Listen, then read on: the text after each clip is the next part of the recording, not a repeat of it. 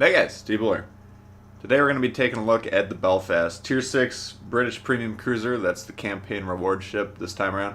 Here's the Belfast Commander on the screen, the build. I got my cow on there, level 15. I think that's a solid build. Really solid concealment on the ship. And I got level 6 Vian, which doesn't really do anything yet. I got him plugged in there though just to inspire me to put some points into him. I think now's the time. I've been getting good feedback about Vian. I've played players that have told me after we encountered each other that they had him on there, and I noticed how the effects were on the opponent's ability to hit those targets. So I'm going to check them out, and I'll keep you guys posted as that goes forward here. Briefly, I'm going to take a look at the anime camo here. If anime is not your thing, go to your settings, turn off the anime influence on the game. You'll go back to your historical version. The ship you see on the screen here now, this is the camo that comes with it. And we're going to push forward into A fairly aggressively here. Really good spotting again. This game, I should point out, this is the first game I played in the ship. It just has a few things I want to point out about it that illustrate some points. So I'm going to use this game here. But there's no mods on the ship. I usually run the ship with no mods for a game or two to get a good feel for it. I'll point out what's going on with the ship here as we go on. But I run aiming systems, steering gear, and concealment. So that blue concealment band would be tighter, and you do have a bigger gap between the blue band and the white band on the map there. Concealment's massively important on the ship. It's all part of staying alive. But these two battleships, they're electing to go behind the island. Tried to take a shot right as he disappeared there. The planes do spot me, but because he's already behind the island, I don't have a big threat from him. Potential crossfire from B, but taking a little bit of risk there. Now, keep an eye on this thing, how it starts and stops. I'll try and point it out throughout the game here, but starting and stopping, I've barely played a couple games in the Emerald, but I'm assuming this is true throughout the entire line. You got to start stopping. You got to have it in reverse for about 10 seconds before the thing will actually start. Here the Kagero pops around. He's within our radar range. Radar range is 8.4. Concealment on my build with the mods installed 9.4. So that's a very small gap in between your coverage. If you're in a situation where the DD comes around an island like this, he's probably already within your radar range if he can spot you. It's a very small gap. So, you know, like any radar cruiser, DDs just cannot get within the radar zone. If you don't know what the radar coverage is of these ships, and there's only 4 of them currently, the Belfast, Atlanta, Indianapolis, and Baltimore. You need to know those radar coverages if you're in DDs, and you cannot go within those radar coverages as a general rule. There's another example right there, that gliding out of that smoke.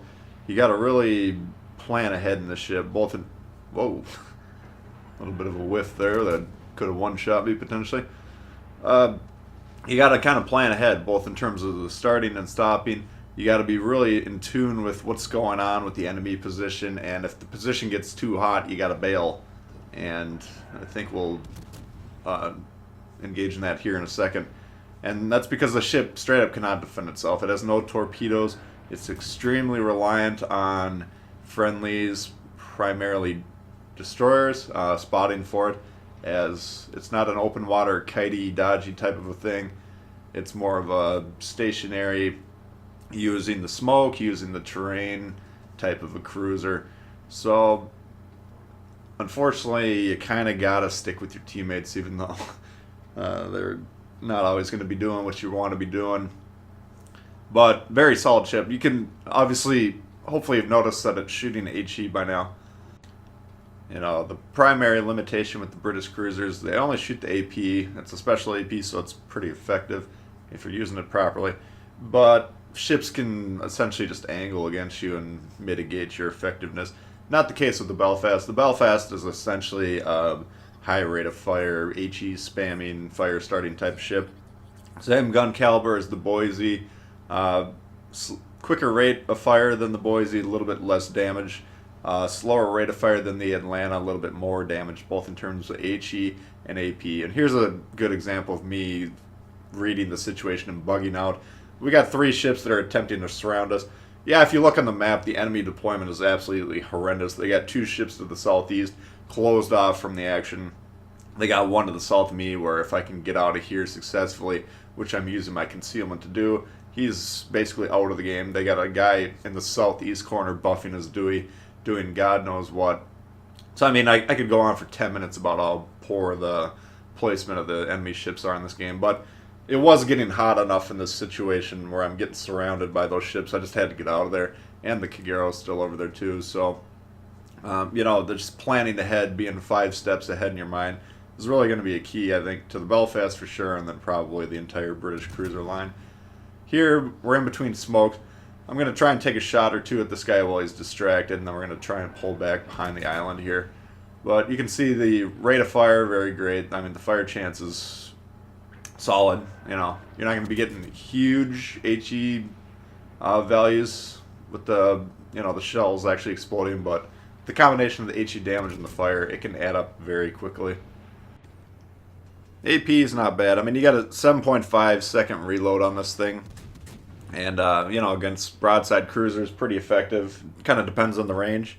I don't have it set up as an AP build. It's more of an HE spamming build. So no Yamamoto or anything. But, like, broadside battleships, for instance, within about 8 kilometers or so, I start to see some pretty good effectiveness from those shells. You can just keep bombing them in the superstructure. You'll be getting 4,500, 5,000 per salvo. You know, that's roughly 20k per 30 seconds or 40,000 DPM, which is pretty solid. But, you know, as the range increases, the shell's effectiveness, at least how I have it set up, drop off dramatically. So, I mean, looking at this game here, this might be 100% HE. I can't remember for sure, but you can certainly play it that way. It's pretty effective. Now we got our smoke back up. We're ready to defend ourselves again. As noted, you can't defend yourself from a battleship aggressively pushing towards you if you don't have support. You don't have the torps. You know, you can do a lot of damage, but the battleships, if they shoot you, you explode on contact. If they look at you funny, you will die. Cruisers, if they're ripping you at AP in the sides, they'll shred you. You can angle pretty effectively against cruiser AP, it seems like, if you're extremely steeply angled. I'm talking about 10 degrees. They'll still probably pick up some damage as they hit up into the superstructure. That's alright, though. But battleships, you cannot angle, you cannot get shot. They cannot give you the stink eye. All those things will kill you, you know, pretty much immediately. The Citadel is probably the size of Guam. I haven't seen an armor view, but, you know, how big is Guam? I have no idea, but it's probably bigger than your average Citadel size. Anyway, we're smoked up here, and we have a ship spotting for us, and, you know, we burn that old boy down, no problem here.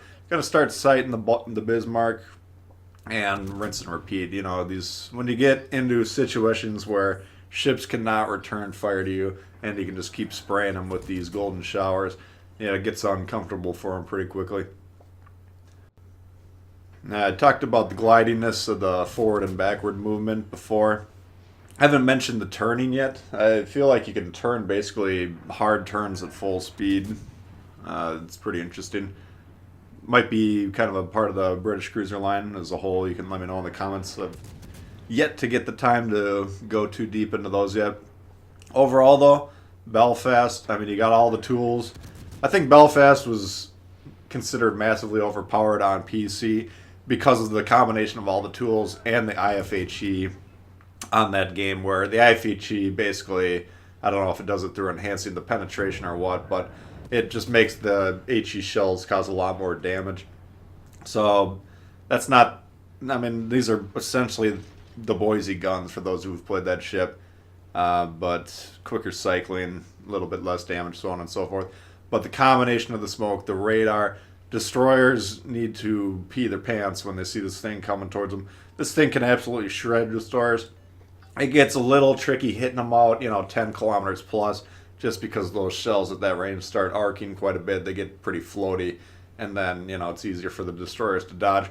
Closer range, though, sorry. I haven't had a destroyer been able to get away from me at close range, at least not that I can recall.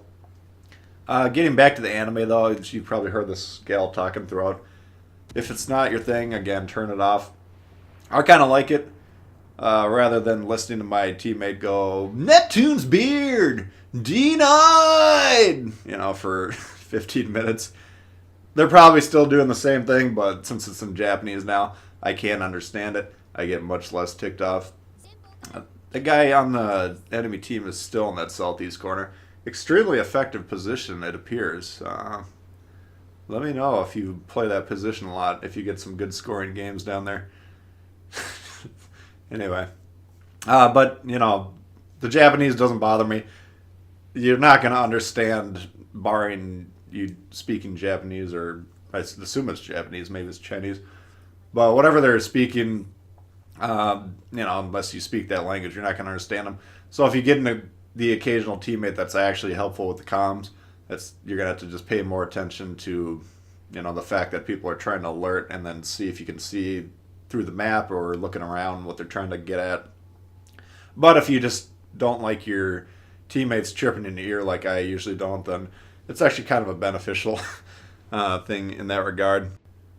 Overall, though, the Belfast is really strong. It's a cruiser player's cruiser. You got to have a lot of skills.